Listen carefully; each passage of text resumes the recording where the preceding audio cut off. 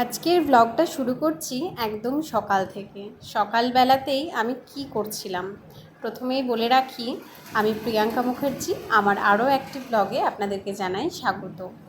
সকালবেলাতেই গাছ নিয়ে বসে গেছি। এই গাছটা আমাকে আমার মা দিয়েছিল। কয়েকদিন আগে আমি বাড়ি গিয়েছিলাম এবং সেখানে আপনাদেরকে দেখিয়েছিলাম আমাদের বাড়িতে গন্ধরাজ গাছটা কি সুন্দর না হয়েছে। খুব সুন্দর ফুল ফুটছিল এবং আমি অনেক দিন ধরেই মাকে বলেছিলাম যে আমাকে একটা গন্ধরাজ গাছের চারা বানিয়ে দিও। আর মায়ের হাতের কথা তো আমি আগেই বলেছি, এত ভালো গাছ হয় এবং কোনো কেমিক্যাল ছাড়া, কোনো রকম কোনো ওষুধ ছাড়াই মা কিন্তু এই গন্ধরাজ গাছটার মূল বের করেছে। জলে রেখে কিভাবে কি করে আমি জানি না। এই গাছটা আমি তো এখানে লাগিয়ে দিলাম, কিন্তু মনে মনে একটু ভয়ও লাগছে। মনে হচ্ছে যে যদি আবার না হয় তখন আবার লজ্জায় পড়ে যাব, কারণ মা তো বাড়িতে জলের মধ্যে রেখে গাছটাকে এত বড় করেছে, আর আমি মাটির মধ্যে দিয়ে যত্ন করে যদি করতে না পারি। দেখা যাক কি হয়, যেটাই হবে সমস্ত আপডেট আপনাদেরকে দেব। আর এদিকে আমি একটু ছাদটা ঘুরে ঘুরে দেখছিলাম। অনেক দিন পরে আমাদের ওই গোলাপগুলো ফুটলো। সেই শীতকালে ফোটার পরে আর একদমই ফুটছিল না, কেন কি জানি, হয়তো শীতের গোলাপ হতে পারে। আর এদিকে এই পর্তুলিকাগুলো খুব সুন্দর ফুটেছে, এখন তো ওদেরই ফোটার সময়। ভীষণই সুন্দর লাগে এগুলো দেখতে।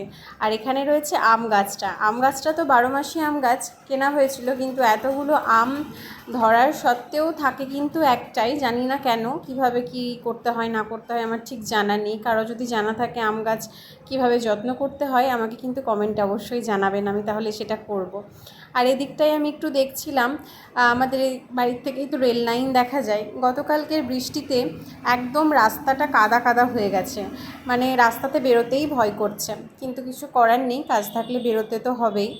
আর এই যে দেখাচ্ছি, এই যে আমাদের বাড়ি, আর এখান থেকে ওই মাংসর দোকানটা থাকে, এখান থেকেই আমি চিকেন নিই। চিকেন আমার ওর দোকান থেকেই নেওয়া, এবং খুব ভালোও লাগে। ওপর থেকে টুক করে বলে দিই একটুখানি চিকেন দিয়ে যাও, বাড়িতেই এসে দিয়ে যায়।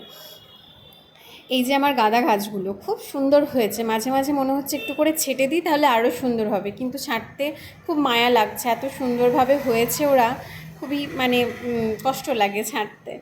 যাই হোক, তো আজকে ভাবছি জলখাবারে একটুখানি চিকেন পাস্তা বানাবো। চিকেন তো চলেই এসেছে, আমি তো ছাদ থেকে বলেছিলাম। তো এই দেখছেন, মানে যেদিকে না তাকাবো সেই দিকটাই এরকম হয়, দুধটার মানে গল্পটাই এই রকম, না তাকালেই ও উতলে যায়।